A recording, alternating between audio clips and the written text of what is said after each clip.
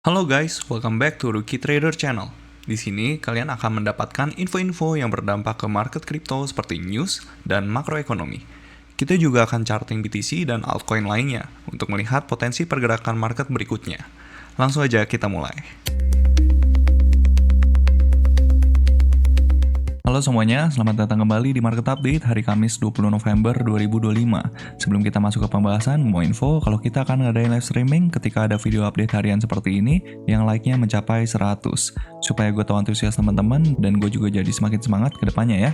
Semoga bisa tercapai 100 likes-nya. Langsung kita ke pembahasan.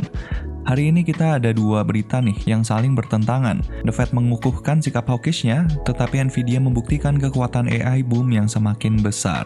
Kita langsung ke berita yang pertama. Bureau of Labor Statistics (BLS) secara resmi membatalkan rilis laporan Employment Situation Oktober yang seharusnya dirilis hari ini. Alasannya ketidakmampuan mengumpulkan data household survey untuk mengukur tingkat pengangguran. Dampaknya gimana nih? Pembatalan ini memangkas ekspektasi pasar untuk rate cut The Fed Desember.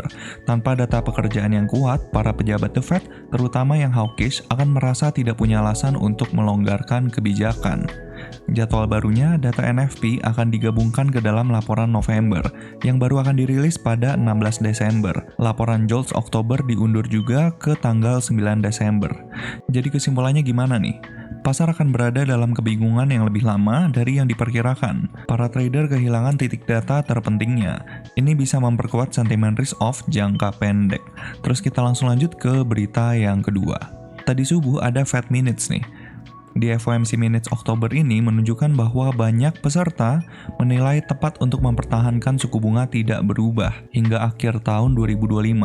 Ini adalah suara yang lebih kuat dibandingkan beberapa atau several yang masih terbuka terhadap rate cut di Desember. Para pejabat The Fed masih terbagi mengenai apakah kebijakan saat ini cukup restriktif. Ini adalah debat yang akan terus menentukan keputusan mereka. Data mencatat bahwa beberapa peserta menyoroti kemungkinan kejatuhan harga saham yang bergejolak atau disorderly fall, terutama jika terjadi penilaian ulang yang tiba-tiba terhadap prospek AI.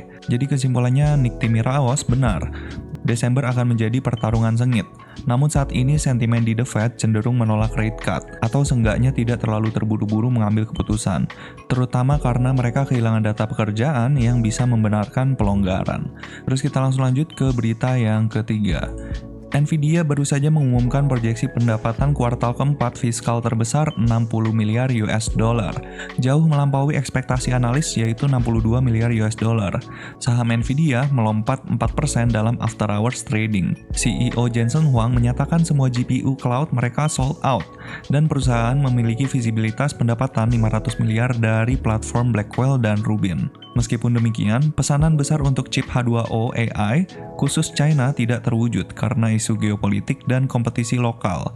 Nvidia tidak mengharapkan pendapatan data center dari China di kuartal 4. Dari White House berusaha memblokir UU Gain AI Act yang akan membatasi ekspor chip AI ke China. Sebuah langkah yang menguntungkan Nvidia karena memungkinkan mereka mempertahankan pangsa pasar global yang lebih besar. Hal ini tentunya berdampak ya ke Bitcoin. Kenaikan tech stocks, Nasdaq naik, Nvidia rebound, itu bisa menciptakan risk appetite di pasar saham yang bisa menyebar ke kripto. Namun kenaikan Bitcoin akan tetap tertekan selama macro risk Fed, hilangnya rate cut bet, dan ancaman liquidation itu masih belum mereda. Di berita ini dituliskan Gedung Putih kemungkinan akan menunda penerapan tarif semikonduktor yang dijanjikan oleh Trump. Penundaan ini bertujuan menghindari provokasi China dan gangguan suplai rare earth mineral. Langkah ini positif ya untuk sentimen perdagangan. Terus kita lanjut ke berita yang terakhir.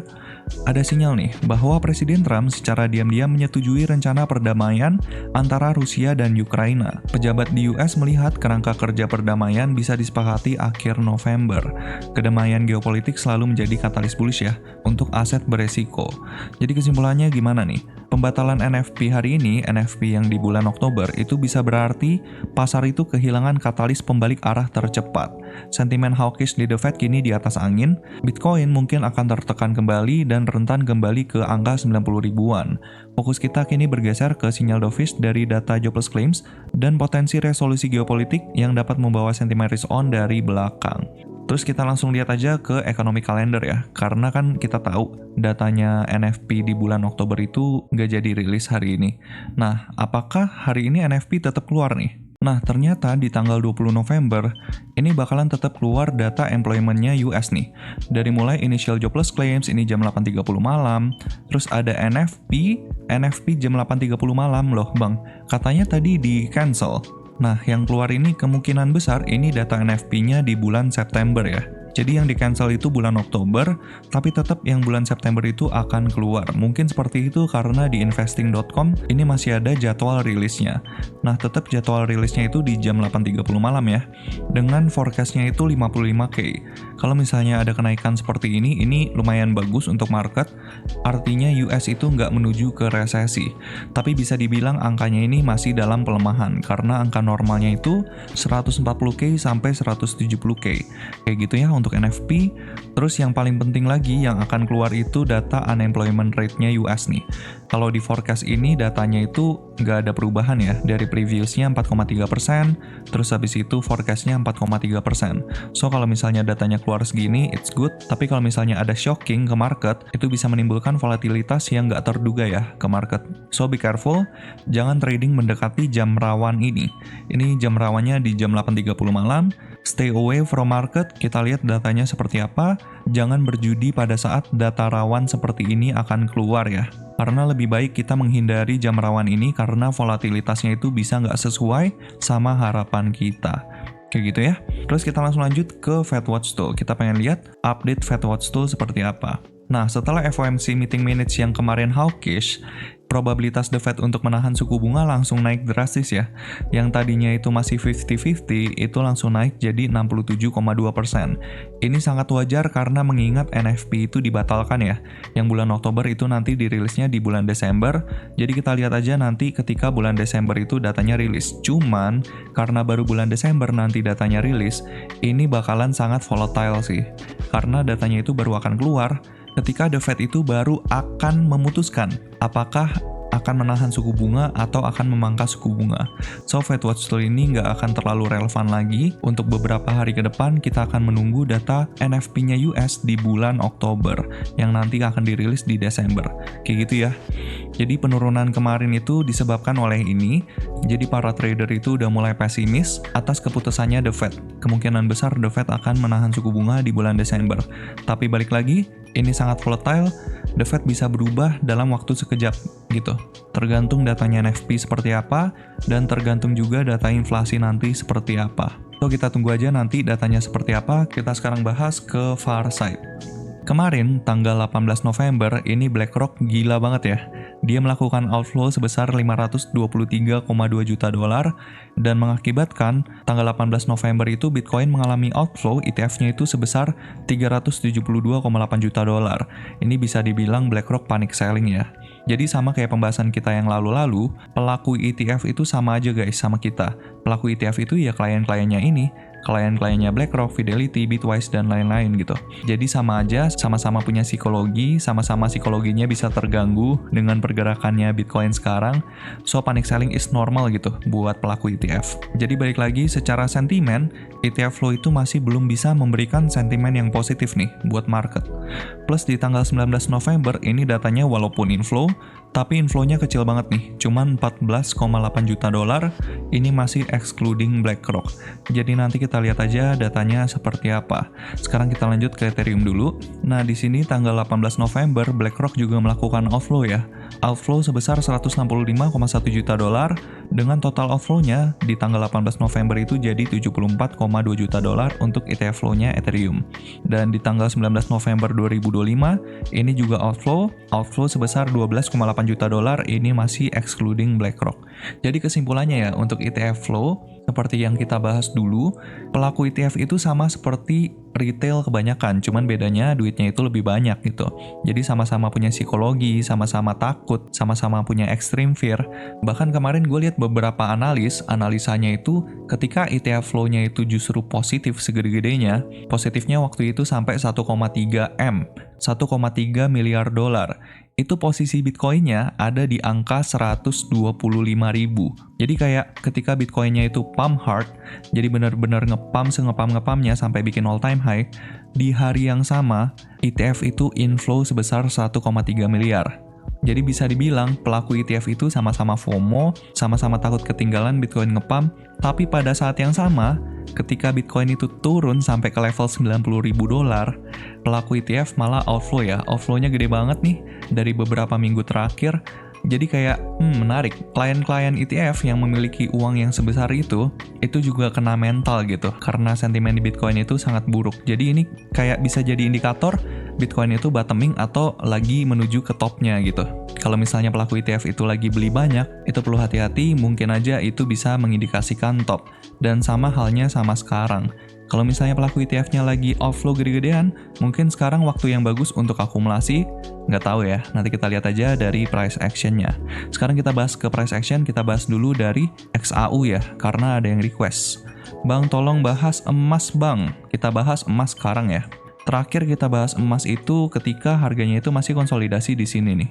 Dan jujur gue ada tradingan di sini, gue ngelihatnya emas itu pada saat waktu di sini, ini adalah tempat yang bagus banget untuk trading gitu. Karena patternnya jelas ketika dia konsolidasi, breakout, konsolidasi, breakout. Jadi kayak main konsolidasi breakout aja itu udah cukup gitu buat emas. Tapi sekarang ini nggak ada ya, konsolidasi breakout tuh nggak ada ya. Jadi sekarang kita bahas aja dari structure-nya. Secara structure, secara daily itu dia still bullish karena ini adalah pullback terakhirnya. Sekarang dia udah melakukan pullback tapi dia belum break off structure ya. Jadi bisa dibilang emas itu masih strongly bullish gitu. Secara time frame daily.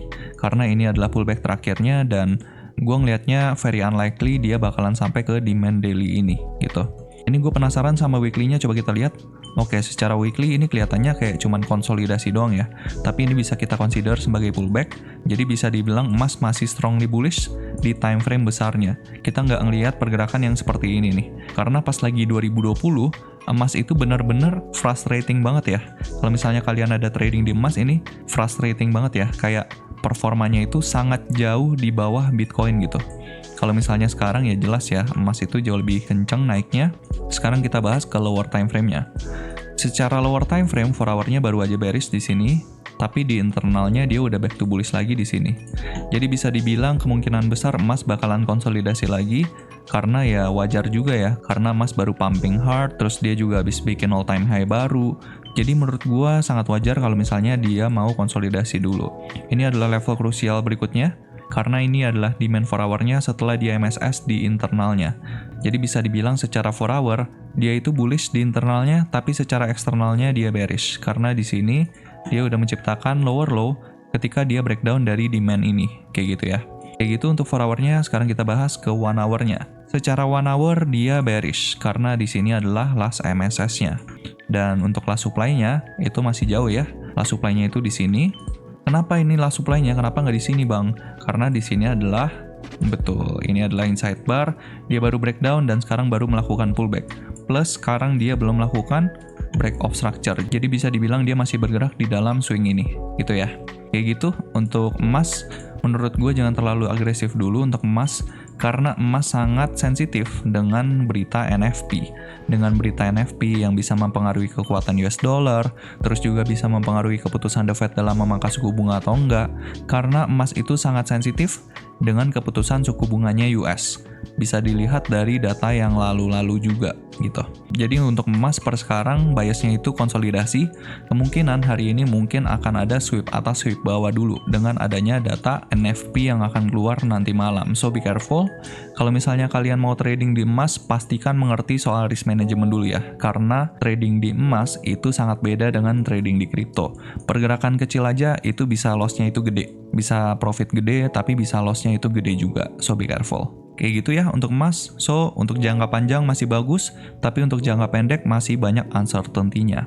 Sekarang kita bahas ke Nasdaq. Gimana nih pergerakan Nasdaq setelah FOMC minutes yang terjadi kemarin? Sekarang kita bahas dari 4 hour-nya dulu ya. Secara 4 hour dia masih bearish ya. Di sini kelihatan dia lagi retest ke supply 4 hour-nya.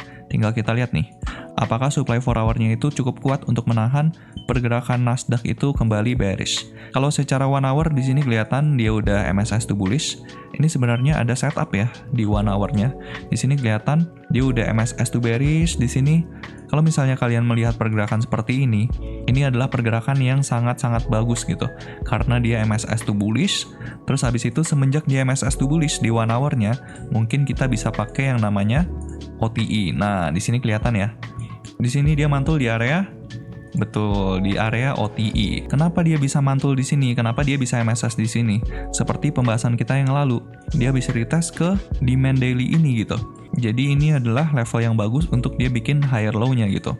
Dan sangat wajar ya kalau di 1 hour-nya itu dia jadi back to bullish kayak gitu. Per sekarang 1 hour-nya itu udah back to bullish dan untuk demand-nya itu masih di sini. Kenapa masih di sini, Bang? Ini kan ada pullback. Nah, ini ada pullback tapi dia cuma inside bar ya. Mungkin ini pullback kalau misalnya kita lihatnya. Nah, kalau di 15 menit ini baru pullback ya. Jadi bisa dibilang ini swing low-nya untuk internalnya nih. Kayak gitu ya. Kayak gitu untuk Nasdaq. So, ini sinyal yang lumayan bagus ya. Ini sinyal yang lumayan bagus karena di lower time frame-nya dia udah berhasil MSS to bullish dan sekarang dia lagi berusaha untuk take out supply 4 hour ini nih karena secara 4 hour kita tahu dia habis bearish ya. Jadi kita tinggal lihat apakah supply 4 hour ini bisa di take out. Menurut gua pribadi akan bagus kalau misalnya dia pullback dulu, mungkin ambil bensin dulu di sini, terus habis itu dia MSS di internalnya, baru habis itu breakout. Karena dengan pergerakan seperti ini, momentumnya itu akan jauh lebih bagus. Plus gue jadi bisa ambil tradingan di sini lagi ya. Kayak gitu untuk Nasdaq. Terus kita lanjut ke total IS. Kita pengen lihat nih pergerakan kripto secara keseluruhan seperti apa. Karena terakhir kita bahas di sini ya, supply 4 hour sama 1 hour-nya jauh banget. Sekarang kita bahas dari time frame yang lebih besar dulu nih. Oke, secara time frame daily, di sini dia adalah last pullback-nya dan dia udah break of structure ya. Dia udah break of structure, jadi secara time frame daily kita bisa pindahin dulu supply daily-nya di sini. Ini walaupun dia cuma inside bar, gue tetap mau consider ini sebagai pullback. Kenapa? Karena dia habis ambil likuiditas di sini nih, di bear FVG nih, kayak gitu. Jadi gue tetap consider ini sebagai pullback. Plus pergerakan yang di tanggal 10 Oktober ini terlalu agresif. Jadi sangat sulit untuk analisa kalau misalnya kita nggak ngambil ini sebagai pullback gitu. So kita tetap consider ini adalah supply daily-nya, kayak gitu ya. Terus kita lihat ke 4 hour-nya. Oke, secara 4 hour kurang lebih sama ya. Letak supply-nya itu sama kayak daily-nya. Tapi di sini oke. Di sini secara internal dia udah creating lower low ya. Tapi di sini gue yakin ini supply-nya 1 hour. Jadi kita tandain aja supply 4 hour-nya itu di sini. Ini adalah supply 4 hour-nya. Sekarang kita lihat ke 1 hour-nya. Nah, as you can see di sini beneran supply 1 hour-nya ya. Ini adalah supply 1 hour-nya. Sekarang kita lagi retest nih. Lagi retest ke supply 1 hour-nya. Jadi kalau misalnya kita mau ngelihat kripto secara keseluruhan termasuk Bitcoin, Ethereum, dan altcoins lainnya, dia harus bisa take out supply 1 hour ini. Supaya di internalnya itu dia bisa back to bullish lagi, kayak gitu ya. Jadi kayak gitu untuk PR utamanya, tapi kalau misalnya dia nggak berhasil take out supply 1 hour ini kita bisa ngelihat penurunan lebih dalam lagi. Which is bukan sinyal yang bagus ya. Ini adalah tempat yang sangat-sangat krusial gitu. Karena ini adalah demand weekly walaupun ini cuma internal, tapi kalau misalnya dia breakdown dari sini, itu pertanda yang sangat buruk dan bisa jadi dia akan retest ke SNR ini dalam waktu dekat. Plus di sini juga masih ada bull FVG dan kalau misalnya total IS itu nyampe ke sini, sentimen pasar itu bakalan kembali sangat buruk lagi ya. Ini sentimennya udah buruk, kalau sampai sini tambah buruk lagi. Kayak gitu ya. Kayak gitu untuk total IS masih tertekan banget, daily-nya masih bearish, 4 hour-nya masih bearish. Pertimbangkan kalau misalnya sampai ke supply daily ini, kalau misalnya kalian masih punya barang, pertimbangkan untuk kurangi resiko kalian karena di sini secara structure dia udah bearish. Kayak gitu ya. Terus kita lanjut ke pembahasannya Bitcoin Dominance. Oke, untuk Bitcoin Dominance dia beneran nyampe ya. Ternyata dia beneran nyampe ke supply 1 hour ini dan sekarang dia bener-bener abis retest ke supply 1 hour ini. Tinggal kita lihat reaksinya seperti apa. Kalau misalnya di sini bisa menyebabkan rejection, kemungkinan besar dia bisa retest lagi ke demand 4 hour ini dalam waktu dekat. Tapi kalau misalnya di sini rejection-nya itu minim, kita bisa ngelihat dia breakout dan akhirnya 1 hour-nya bisa back to bullish lagi. Kalau skenario-nya seperti ini sangat buruk buat altcoins. Tapi bisa jadi baik juga ya, karena kita nggak tahu nih. Sekarang Bitcoin itu lagi di level krusial, di level angka 90.000. Kalau misalnya Bitcoin-nya itu mantul, dan money flow itu kembali fokusnya ke Bitcoin, akan sangat wajar kalau misalnya Bitcoin dominance-nya itu naik gitu. Karena money flow-nya kembali terfokus ke Bitcoin, kayak gitu ya. Jadi secara 1 hour dia still bearish, dan secara 4 hour ini dia still bullish. Jadi kita tinggal lihat mana level yang lebih kuat. Kemungkinan besar akan konsolidasi, tapi tinggal kita lihat ke price action-nya nanti, kayak gitu ya. Kurang lebih sama pembahasannya sama kemarin, karena dia dari kemarin, pemantulannya ya kita lihat dari 4 hour dia mantul terus menuju ke supply 1 hour. Jadi pergerakan kemarin itu masih nggak mengindikasikan apa-apa, karena supply-nya masih terjaga, terus demand 4 hour-nya juga masih terjaga. Kayak gitu untuk Bitcoin dominance. Sekarang kita langsung lanjut ke Bitcoin. Oke, untuk Bitcoin sekarang dia creating lower low ya. Dia beneran ke-reject dari OTE area ini. Nggak perlu sampai retest ke supply 1 hour ini, dia udah langsung mengalami rejection. Padahal kemarin rejectionnya itu masih pelan-pelan ya. Terus habis itu langsung dibablas turun pada saat FOMC minutes ya. Jadi bisa dibilang Bitcoin itu udah break off structure secara 1 hour-nya. Karena di sini dia udah berhasil take out support ini nih. Dan untuk sekarang jadinya bagus ya. Supply 1 hour-nya itu udah kita bisa pindahin ke 93.700. Jadi ini level krusialnya 93.700. Kalau misalnya Bitcoin mampu untuk closing di atas 93.738, closing secara body candle di atas ini secara 1 hour, itu kita akan melihat relief bounce dalam waktu dekat gitu. Tapi kalau misalnya di sini kembali mengalami rejection, ya mungkin kita akan melihat lower low lagi, kayak gitu ya. Jadi kayak gini proyeksinya. Secara 15 menitnya, kabar bagusnya 15 menitnya udah back to bullish ya. Karena di sini dia creating lower low, terus abis itu dia mampu closing di atas supply ini. Tapi tinggal kita lihat nih 1 hour-nya, karena supply-nya itu berdekatan, mungkin kita pakai acuannya itu di 1 hour-nya aja, kayak gitu ya. Mungkin kalau misalnya mau ambil tradingan, gue akan nunggu di sini, mungkin gue akan taking long di sini. Kayak gitu untuk Bitcoin, tapi kita perlu lihat dia 1 hour-nya itu back to bullish dulu ya. Karena kalau misalnya nggak back to bullish, akan sangat sulit untuk melihat Bitcoin itu bisa bounce dari harga yang sekarang. Karena secara internal pun masih bearish, kayak gitu ya. Ini secara 4 hour pun ini kelihatan ya. Dia pullback, dia creating lower low. Sebenarnya ini bisa dibilang ini supply yang sangat krusial gitu. Karena di sini dia ada pullback kecil, secara time frame 4 hour pun ini kelihatan dia pullback kecil, dan tinggal kita lihat harga bisa breakout nggak dari supply ini. Balik lagi, supply-nya ada di 93.738 ya. Kayak gitu untuk Bitcoin. Terus kita lanjut ke pembahasannya Ethereum. Oke, untuk Ethereum kurang lebih sama ya pergerakannya sama Bitcoin. Dia ngekor banget nih. Dia creating lower low di 1 hour-nya. Jadi untuk supply-nya bisa kita tandain di sini. Dan sama kayak Bitcoin, dia harus bisa take out supply 1 hour ini untuk kita bisa ngelihat relief bounce gitu. Dan untuk supply-nya udah berpindah ke angka 3.166 sampai 3.132. Jadi kalau misalnya Ethereum itu mau bullish, dia harus bisa take out 3.166. Dan bisa kita lihat ya, Ethereum itu sekarang pergerakannya itu lebih lemah dibandingkan Bitcoin. Dan sangat wajar ya, karena Bitcoin dominance-nya itu lagi naik. Jadi secara price action, Bitcoin-nya itu mantulnya udah sampai sini, tapi Ethereum itu masih di sini-sini aja, kayak gitu. Jadi agak lagging dia. Dan untuk tempat bouncing-nya ini lumayan krusial. Ini adalah SNR yang membuat pergerakan Ethereum itu sempat ke reject yang lumayan dalam itu. Ini dia sempat menjadi resistance, dan sekarang dia menjadi support. Kemungkinan besar ada pemantulan dari harga sekarang, mungkin dia bisa sampai lagi ke supply 4 hour, maybe ya, tapi kita perlu lihat di 1 hour-nya itu back to bullish dulu. Kayak gitu ya untuk Ethereum. Terus sekarang kita lanjut ke Zcash, karena ada yang request lagi nih. Zcash bang. Oke, Zcash. Ini kita ada ambil tradingan kah di Zcash? Oh, nggak dapet. Nggak dapet guys. Capek deh, udah nunggu lama, nggak dapet ya. Jujur gue lupa sih sama tradingan ini. Oke, secara 4 hour dia still bullish ya. Terakhir kita bahas di sini, ini adalah last swing-nya. Kita udah nungguin di demand 4 hour ini, tapi ternyata nggak dikasih ya. Mungkin dia udah mantul di 0,79%, coba kita lihat. Ah, bener ya. Dia beneran mantul nih dari 0,79%. Mungkin kita terlalu pelit nih, kita nunggunya di sini.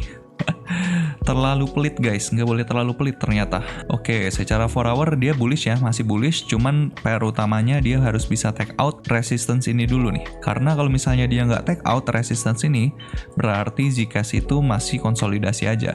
Tapi kalau misalnya dia take out resistance ini, nanti demand 4 hour-nya bisa kita pindahin ke sini. Dan Zcash ini termasuk kripto yang sekarang lagi outperforming Bitcoin, karena pergerakannya itu sangat kenceng ya, sangat kuat. Di saat Bitcoin itu turun sampai 90.000, Zcash itu masih mempertahankan struktur bullish-nya. Jadi bisa dibilang Zcash itu still good ya, masih bagus banget. Dan kita lihat ke 1 hour-nya sekarang. Secara 1 hour pun di sini kelihatan dia habis MSS to bullish di sini. Terus habis itu dia masih mempertahankan struktur bullish-nya, karena bisa dibilang last swing-nya even di 1 hour itu di sini. Ini last swing-nya untuk Zcash di 1 hour, dan untuk demand-nya itu masih di sini. Jadi bisa dibilang ini 1 hour-nya itu masih strongly bullish ya. Tinggal kita lihat nih, apakah Zcash mampu untuk closing di atas resistance ini. Akan lebih bagus kalau misalnya dia creating lower low dulu, mungkin ambil demand 1 hour ini dulu, abis itu baru mantul. Itu bakalan jauh lebih bagus karena momentumnya itu pastinya lebih strong ya. Jadi secara 1 hour dia still good, masih bagus banget. Ini mungkin bakalan jadi salah satu watchlist gua untuk ditradingkan dengan biasnya itu long ya.